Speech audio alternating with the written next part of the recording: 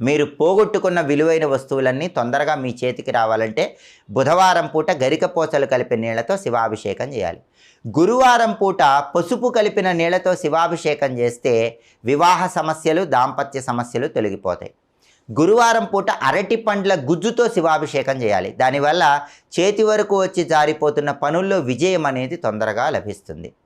శుక్రవారం పూట కస్తూరి అని ఉంటుంది. ఆ కస్తూరి నీళ్ళల్లో వేసి శివాభిషేకం చేస్తే చక్రవర్తిత్వం కలుగుతుంది. అంటే బ్రహ్మాండమైన పదవులు, ప్రమోషన్లు, అధికార హోదాలు రావాలంటే కస్తూరి జలాలతో శుక్రవారం శివాభిషేకం చేయాలి.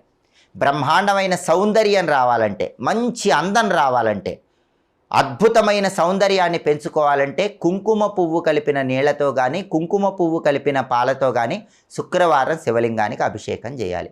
సౌందర్యాన్ని రెట్టింపు చేసుకోవచ్చు. అలాగే శనివారం పూట నల్ల నువ్వులు కలిపిన